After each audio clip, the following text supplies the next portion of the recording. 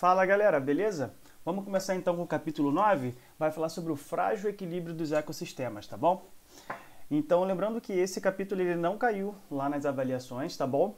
Então a gente vai dar continuidade nesse capítulo para a gente poder entender sobre os impactos ambientais que ocorrem, beleza? Eu coloquei essa imagem aqui, né, para vocês tentarem identificar impactos ambientais, mas eu vou pegar esses impactos e eu vou dividir esses impactos em impactos causados por seres humanos e impactos causados pela natureza. Lembrando que aqueles causados pela própria natureza não é considerado o impacto, beleza? O impacto ambiental realmente ele é considerado quando acontecem modificações, deixa eu pegar aqui o meu laser. Quando acontecem modificações nos ecossistemas, alterando o seu equilíbrio, onde o principal causador é o ser humano, tá bom, galera? Então, a gente tem aqui essas imagens, todas aqui, todas elas são causadas pelos seres humanos, tá bom? Então, temos aqui a área desmatada, com muita seca, tá? A gente vai entender todo esse processo também. Processos de inundação, né? Lixos aqui na praias e rios e ruas, tá? A terra aqui bem desgastada pela alta poluição de gases, né? E até lixos sólidos, tá? E aqui em cima era para exemplificar esses lixos entrando em contato com lagoas e lençóis freáticos, né? Aqueles reservatórios de água que tem lá embaixo da terra. Bom, o primeiro processo de impacto ambiental se chama desertificação. Na desertificação, galera, acontece o seguinte, tá? É um processo onde pode ser definido como a transformação de um ambiente vegetativo em deserto, tá? Seja da forma natural ou por meio de ação humana. Vamos botar um exemplo de forma natural. Aquele ecossistema, tá? Aquela área, vamos supor assim, aquele lugar na natureza sofreu poucas chuvas, né? Ocorreram poucas chuvas, tá? E teve muito sol, tá? Baixa umidade, muito sol. Então, o que ocasionou naquela terra? As plantas não conseguiram sobreviver e a terra começou a ficar mais seca, perdendo a sua umidade, beleza? Essa é a forma natural. Mas tem um causador aí, beleza? E o processo, né, de ação humana é quando eu tenho o desmatamento. Eu botei até o exemplo aqui de algumas toras, né? Então, o desmatamento. O processo de desmatamento contínuo faz com que essa terra ela fique deserta, perca toda os seus nutrientes, tá bom? E aqui temos essa imagem aqui lá do sertão. Fatores: a exploração excessiva dos solos, uso de agrotóxicos, desmatamento e secas prolongadas, tá? Lembrando que essas secas prolongadas podem ser causadas pelos seres humanos, como pode ser causada de forma natural, tá? Efeitos: o que isso acontece? Acontece o seguinte: os efeitos desses processos são bastante graves, né? Pode perder a biodiversidade animal e vegetal e o impacto econômico para as pessoas locais, tá bom? Algumas pessoas elas vivem desse recurso da natureza que tem em volta dela, como plantação, né? Algum tipo de plantação de vegetação, enfim. Eles necessitam disso. Então pensa, se eu utilizo bastante esse ambiente, tá? E não coloco nada, não atribuo alguma coisa para que esse ambiente fique mais cheio de nutriente, né? E umedeço ele, eu vou perder, beleza? Então o impacto econômico no pessoal que está em volta é muito grande, tá? Entendendo um pouquinho sobre o efeito estufa, como a gente já havia falado lá no início do ano, tá? Em sala de aula. O efeito estufa, tá, é um processo extremamente natural da Terra. Ele não é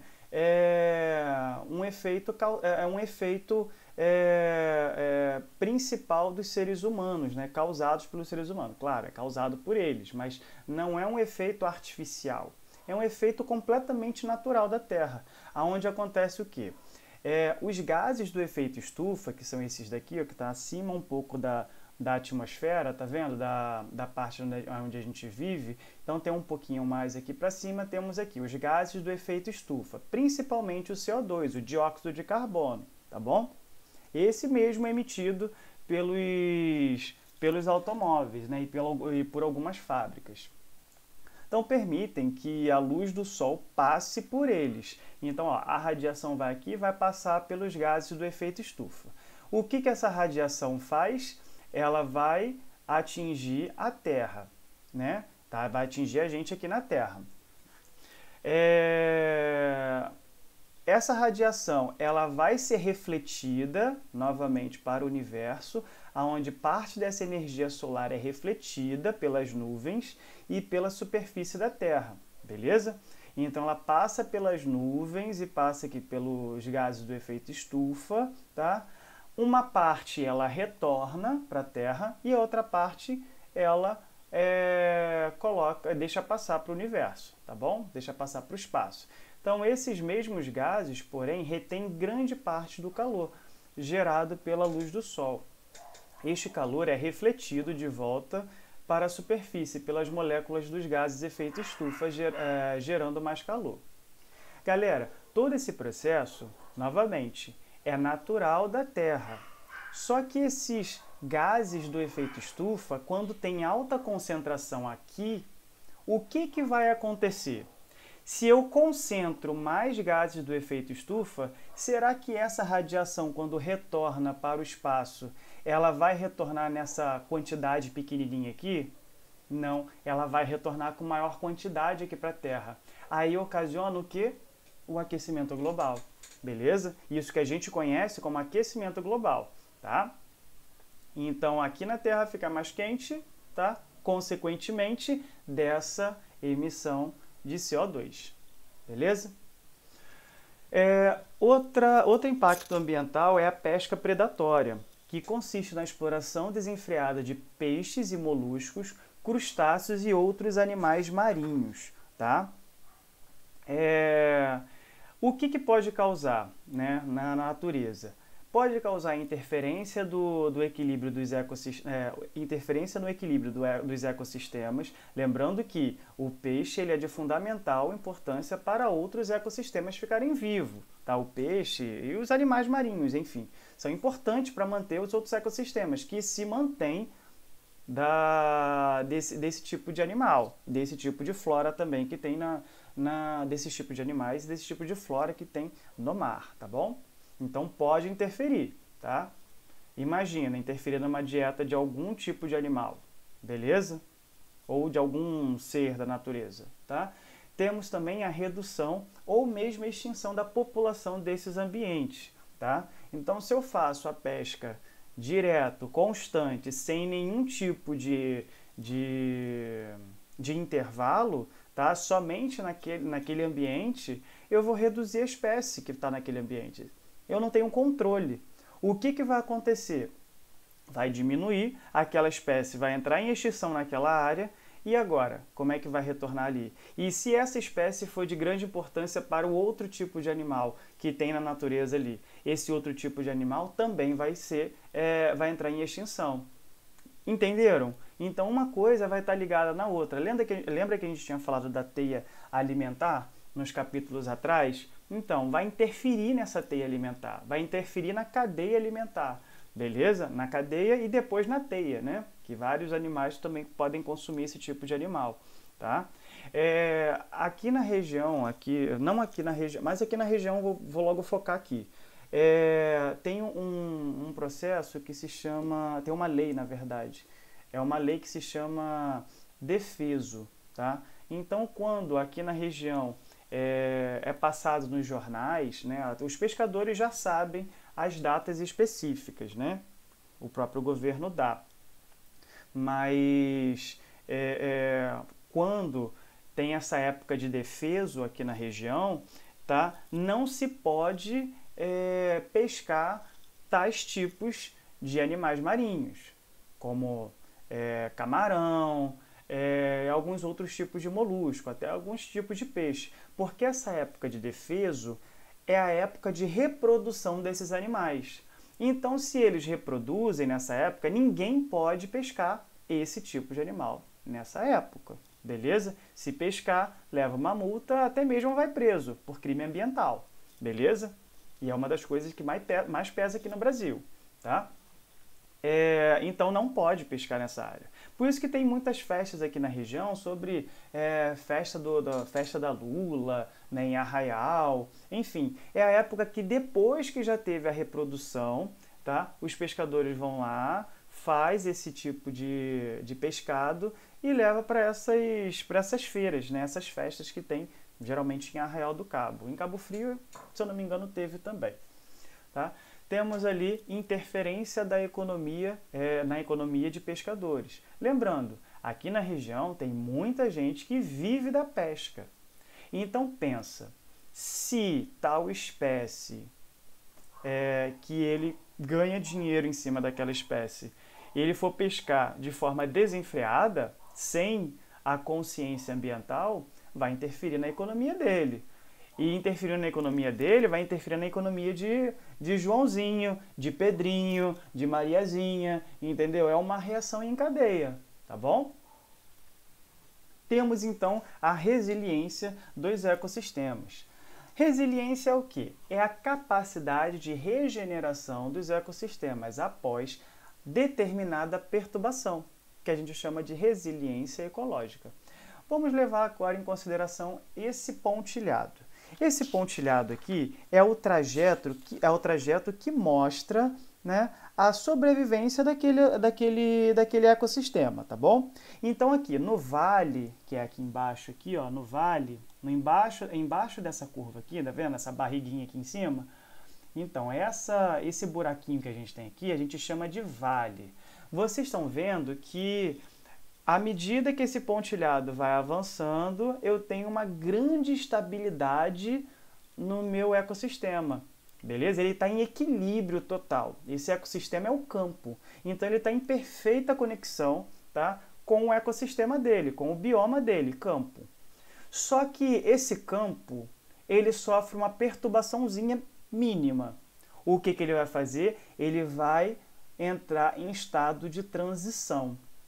Tá? Com um certo tempo, tá? De forma natural, esse campo ele volta para o seu lado estável, beleza? Ele volta para o seu lado em equilíbrio. Então ele está aqui, ó, bonitinho, sofre uma perturbaçãozinha, ele retorna. Só que quando essa perturbação vai além desse estado de transição dele, é uma perturbação muito grande, ele sobe aqui no pico. Tá vendo? O pico mostra instabilidade, que ele não está mais em equilíbrio, ele não consegue se regenerar. A perturbação é tanta que ele entra no estado de transição para outro bioma, que a gente conhece como deserto, beleza? A gente vai lá, vai na estabilidade desse deserto, aí ele está aqui, ó, nessa transição, passando para cá, ó. E foi, estabilizou o deserto. E agora, professor, como é que eu faço para retornar para o campo? Eu vou ter que fazer replantio, vou ter que cuidar desse bioma, tá bom? A ponto dele sofrer novamente um estado de transição, ao ponto desse estado de transição ser além do equilíbrio do deserto e ele entrar em instabilidade e retornar para a estabilidade do campo. Esse processo leva muito tempo, só que com a ajuda dos seres humanos isso daqui ficaria muito mais fácil, tá?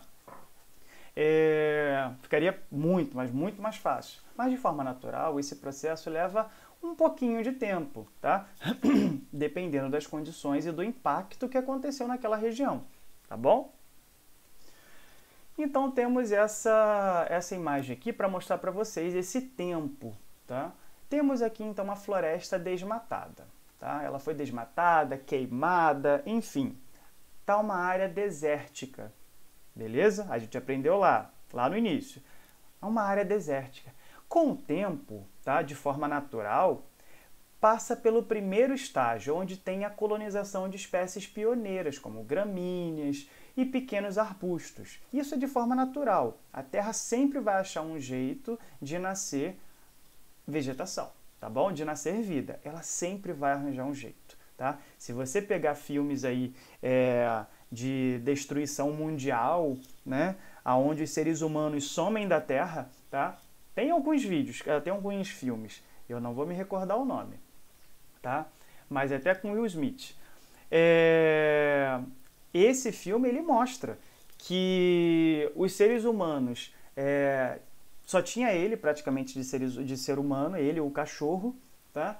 E para vocês verem que a Terra toda ficou uma grande floresta, tá? Os centros da cidade, o centro de Nova York, tá? Os grandes centros do mundo todo ficaram cheios de mato. Então mostra um pouquinho pra gente sobre a resiliência da natureza, tá? E ela consegue sobreviver, ela sempre vai sobressair, tá bom? Então o tempo. Passou mais ainda o tempo, eu venho para a segunda fase, que é onde mostra a colonização por espécies mais exigentes, formando uma vegetação florestal de pequeno porte. Passa um pouco mais de tempo, eu venho para a terceira e última fase, que é o estabelecimento de uma floresta com grande diversidade de espécies semelhantes à floresta original, tá bom? Então esse processo a gente chama de sucessão ecológica. É o processo gradual de mudança de estrutura e composição de uma comunidade. Então, uma coisa que eu sempre vou falar para vocês, a natureza sempre tem um meio de sobressair. Beleza? Sempre ela vai ser a dominadora da Terra, beleza? Você vê aí o exemplo aí do vírus, né? Se ele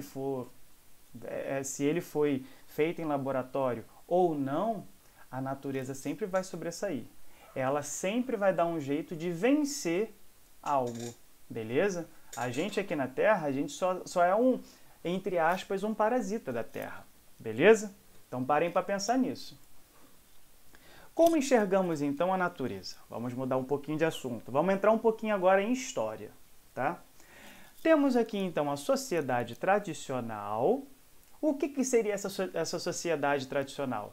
Aquela sociedade em que fazia todo o processo de obtenção de comida, né, de construção, à base da mão. A matéria-prima, tá, era o ser humano ia lá, fazia a casa, fazia a colheita, plantava, beleza? Então o ser humano ele tinha uma quantidade específica para ser produzida para suprir as suas necessidades, beleza? Eu não vou fazer além do que eu vou consumir aquilo que eu posso, beleza? Um agricultor vai pegar a comida para sua casa, tá? No dia seguinte ele vai saber que tem mais comida ali, então ele vai colher novamente, beleza? Então a sociedade tradicional, ela ela plantava e colhia e construía aquilo que era aceitável naquele momento, o limite para ela. Agora, quando entra lá no século XVIII, eu tenho a Revolução Industrial. Essa Revolução Industrial, a gente comentou sobre ela lá atrás nos outros capítulos. A gente viu que na Revolução Industrial teve um avanço tecnológico. Foi uma revolução tecnológica, foi uma das primeiras revoluções tecnológicas, aonde que o ser humano, tá, a matéria-prima, que era a mão do ser humano para fazer as coisas, ela deixou de existir. Então, nesse momento da Revolução Industrial, eu troquei o ser humano por máquinas. Então, as máquinas conseguiam produzir mais do que o próprio ser humano. Enquanto um ser humano fazia, né? Vou botar nome, tá? Enquanto Joãozinho conseguia colher 10 quilos de... Joãozinho conseguia fazer 3 blusas nessa época da sociedade tradicional. Então, Joãozinho aqui foi. Agora, Pedrinho, aqui na Revolução Industrial, quando ele tem ali o avanço tecnológico das máquinas térmicas, né? Pedrinho consegue fazer aqui umas 15, né? Umas 15 ou 20 blusas. Vem cá, 15 ou 20 blusas para 3 de Joãozinho. Vamos analisar uma coisa. Aqui eu estou produzindo muito mais. Aqui eu estou produzindo até onde eu quero, até onde, na verdade, é o limite para eu produzir. Beleza? Eu não vou fazer a mais. Aqui eu faço muito a mais. E às vezes esse a mais é um desgaste para a natureza. Porque para essas máquinas térmicas funcionarem, o que eu precisaria? Eu precisaria de ir lá na mata, retirar as árvores para servir como combustível e jogar aqui nas máquinas para essas máquinas poderem funcionar. Lembra das locomotivas? Eram feitas, né? Elas só conseguiam andar se tivesse um combustível, que seria o carvão ou que seria mesmo as madeiras, tá bom? Então, pense nisso. A sociedade tradicional produzia o que era necessário. A Revolução Industrial, eu tive aumento do desmatamento, eu tive muitos produtos sendo produzidos e muitos desses produtos não eram muito utilizados, tá bom? Então tinha um pouco de descarte. Então pensa no impacto ambiental. E a partir daqui da Revolução Industrial é que teve o começo dessas emissões de gases, beleza? E poluição em rios, tá? A partir de 1960, 1970, teve um agravamento das questões ambientais. Aí é que vem a discussão entre natureza e ser humano, tá bom? Eles têm que viver em harmonia, tá? A Terra é da natureza e não do ser humano, tá? Então, a gente depende dos recursos que tem na natureza. Beleza? Não é a natureza que depende dos seres humanos. Nós dependemos da natureza. Então, em 1960, teve esse agravamento das questões ambientais. Lembrando, essas épocas aqui foram as épocas que estava ali, já tinha terminado a Revolução Industrial, que é um avanço tecnológico, era a revolução da tecnologia, mas vou falar mais uma coisinha assim só para complementar. Nessa época aqui, principalmente em 1960, foi a época do finalzinho, tá? Da Guerra Fria, tá? Então estava tendo aquelas guerras, né? No finalzinho da Segunda Guerra Mundial, né? Tava tendo questões ambientais, né? Eu estava retirando muito, estava consumindo muitas coisas relacionadas à natureza, estava poluindo demais nessa época, tá? Mas teve uns avanços bem bacanas na área de tecnologia, porque foi no final dessa época aqui, de 1960, que a gente conseguiu enviar o primeiro e-mail, beleza? Lembrando que o computador não é esse pequenininho que a gente tem aqui não, era um computador gigantesco, pesadíssimo, tá? Então a gente enviou o nosso primeiro e-mail aqui em 1960, tá bom? Em 1970, tinha aquele processo que estava acontecendo que todo mundo estava utilizando muitos recursos de petróleo. Lembrando, galera, que o petróleo a gente utiliza para fazer combustível, beleza? Então a gente faz aí a gasolina, né, o diesel, né, e faz outros tipos de material. Mas só que nessa época de 1970, tá? Era uma época que estava acontecendo, de fato, a crise do petróleo. Crise do petróleo, galera, eu abordei com vocês um pouquinho antes, mas não aprofundei. Mas essa crise do petróleo, tá, fez com que o mundo buscasse recursos alternativos diante dessa crise para a produção de combustível. Qual foi? Tá? Veio o Brasil, como quem não quer nada, lançou uma ideia sobre os combustíveis alternativos, tá? Sobre o combustível alternativo chamado álcool, que hoje a gente conhece como etanol, tá bom?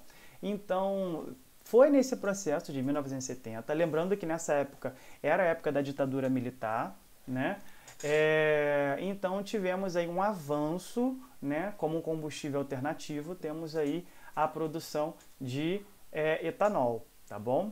E o Brasil é pioneiro nisso porque a gente conseguiu fazer esse tipo de combustível.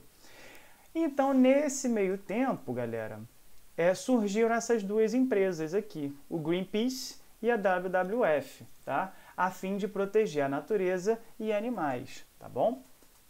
Cada uma com seu respectivo objetivo, tá bom? Maneiras de conservação de ambiente. Em 1960, tinha uma categoria de conservação que falava sobre a natureza por ela mesma, né? Em 1960. A ideia-chave dessa categoria é que espécies têm valor por si só, tá? Então, cada espécie tem um valor na natureza, tá? Se eu tirar a goiabeira, ela vai ter algum processo aí que vai alterar o ambiente, que não sei. Então, cada espécie tinha seu valor. Então, o que eu fiz? O que eu fazia? O que eu fazia? Eram estratégias de conservação. Então, eram criados áreas protegidas e unidades de conservação, a fim de proteger essas espécies que tinham valor, beleza? Em 1980, lembra que eu falei com vocês? Era a época da crise do petróleo, então tinha que buscar um meio de produzir algum tipo de combustível, beleza? Era uma época que tinha muito desmatamento, porque não tinha controle, não tinha lei que protegia corretamente o desmatamento, tá? A ideia-chave, o ser humano como causador da extinção, da perda de habitat e da poluição, em decorrência da alta exploração dos recursos naturais. A estratégia para a conservação era criar campanhas de espécies ameaçadas, né? Gestão de recursos naturais e assim tá. Então, nessa daqui, a gente começou a criar cartazes e campanhas relacionados à preservação daquela espécie, tá? Temos aqui em 2000 a natureza para as pessoas, a função dos ecossistemas, o serviço ecossistêmicos e ambientais. Então, a partir daqui de 2000, a gente passa a ver a função do ecossistema, tá bom? E os recursos que ele pode trazer para nós, tá? Se a gente viver em harmonia. Então, temos aqui a valorização dos serviços e economia ambiental. Tá? Então, já que eu sei o recurso que pode dar para mim, e se eu retirar esse recurso eu não vou ter mais isso, então eu posso fazer ali um jeito, né, para que isso fique em equilíbrio, o ser humano e a natureza fiquem em equilíbrio. Então, veio aí a economia ambiental. Tá? Em 2010, os seres humanos e a natureza. Então, houve mudança, a ideia central era que mudanças ambientais sejam ocorridas nesse ambiente a fim de obter a resiliência e adaptabilidade. Tá? Então, o ser humano vai se adaptar à natureza e a natureza se adapta, entre aspas, ao ser humano. Tá? Então, o sistema socioecológico. Lembra lá das unidades de conservação que surgiu lá em 1960? Então, a gente tem aqui, ó, elas são divididas em duas. Eu tenho a de proteção integral, que são parques nacionais e reservas biológicas, e temos a de uso sustentável, tá? Lembrando que aqui de proteção integral, eu não posso nem retirar uma graminha de lá. Se eu retirar, eu vou ser preso, levo uma multa, entendeu? Então, isso daí gera um problema muito grande, tá? E agora, de uso sustentável, o que acontece? Essa daqui eu posso entrar, tá? Eu posso utilizar o recurso, mas é de uso sustentável. Se eu retirar, eu vou ter que colocar de alguma forma naquele ambiente. Então, existe aqui as áreas de proteção ambiental, as APAs, tá? Reserva extrativista, reservas particulares de patrimônio natural, tá? As APAs eu botei aqui, tá? Fiz essa pesquisazinha na internet, que ficou bem bacana, tá? Quem tem curiosidade, né? Temos aqui. Então, temos a APA, né, que é a Área de Proteção Ambiental da Bacia do Rio São João, que é chamado de Mico-Leão, tá? Ela fica bem aqui, ó, onde eu tenho aqui, ó, Silva Jardim, tem o Casimiro de Abreu, né? Tá bem aqui próximo aqui, ó, entre Silva Jardim e Casimiro de Abreu, tá vendo? Então, é uma área de uso sustentável, então que eu retirar dessa área, eu tenho que replantar, eu tenho que colocar de volta, beleza? Se eu não fizer isso, é cadeia, tá bom? O bioma dela é Mata Atlântica, tá? E os municípios que ela abrange: Araruama, Cabo Frio, Cachoeira de Macacu, Casimiro, Macaé, Nova Friburgo, Rio Bonito, Rio das Ostras e Silva Jardim. Então, esses são os municípios que ela abrange, tá bom? O objetivo dessa APA aqui é conservar os mananciais, né? Regular o uso de recursos hídricos e parcelamento de solo, partindo o uso racional dos recursos naturais e protegendo remanescentes florestas atlânticas e o patrimônio ambiental e cultural da região. Então, temos aqui essa APA que protege essas áreas. Então, creio que seja esse daqui, aqui mais ou menos. Não, aqui é da outra, né? Então, temos aqui algumas áreas também, tá? Então, essa daqui tudo é APA. APA da bacia do Rio São João. E temos a APA da Serra de Jaturnaíba, a APA da Serra de Sapiatiba, que cobre São Pedro da Aldeia e Iguaba, tá? Deixei bem claro aqui esses dois, porque é a nossa realidade, tá bom? Se a gente estivesse em sala de aula, com certeza a gente faria uma visita, tá? Nessa APA, que lá a gente pode visitar, tá bom? Então, esperando isso tudo passar, a gente visita, beleza? Fechado? Então, ó, esse é de uso sustentável, beleza? O bioma de lá é a Mata Atlântica, tá bom? Os municípios somente que abrange somente a Iguaba Grande e São Pedro da Aldeia, tá? E o objetivo dela é simplesmente assegurar a proteção ambiental natural das paisagens de grandes belezas cênicas do ecossistema local, onde se abrigam espécies biológicas já raras e ameaçadas de extinção na região, tá? Então, temos aqui essa pesquisa aqui, galera, eu fiz no próprio site do IBAMA, tá? Então, quem quiser ver, tem lá disponível, dá para vocês verificarem, tá?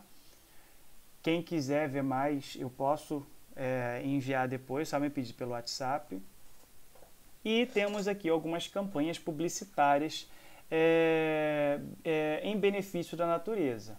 Então, a partir dessa época de 1960, 1970, né, até agora, vem mandando, vem uma demanda muito grande de campanhas publicitárias, mas bem impactantes, para que a população esteja ciente do que está acontecendo. Então, temos aqui a onça pintada, você repara que uma parte está viva e outra parte está morta. Temos aqui uma mulher, uma viajante, tá? E ela está carregando uma mala cheia de sangue. Por quê?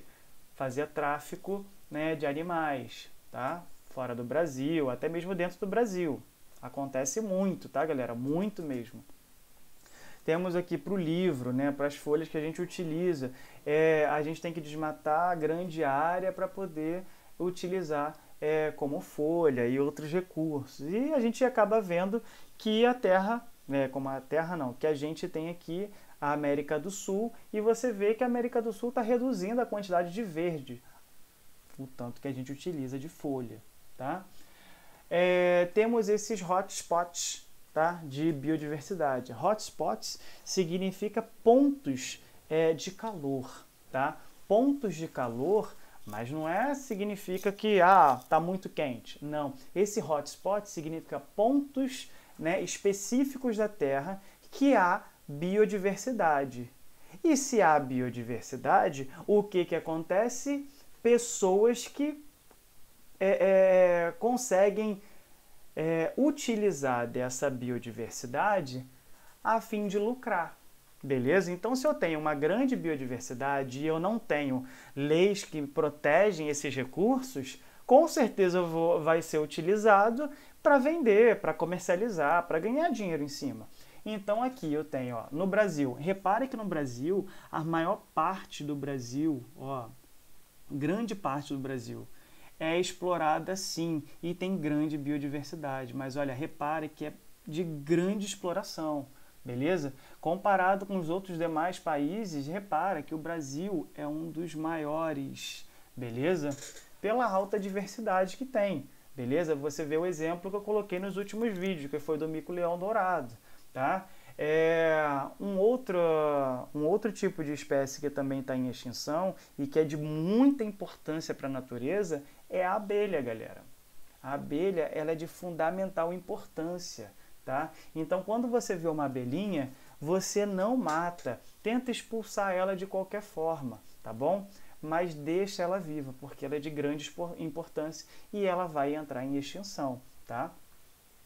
Galera, a nossa aula foi até aqui, tá? Espero que vocês tenham entendido. Qualquer coisa, pode me chamar no WhatsApp, pode enviar e-mail, tá?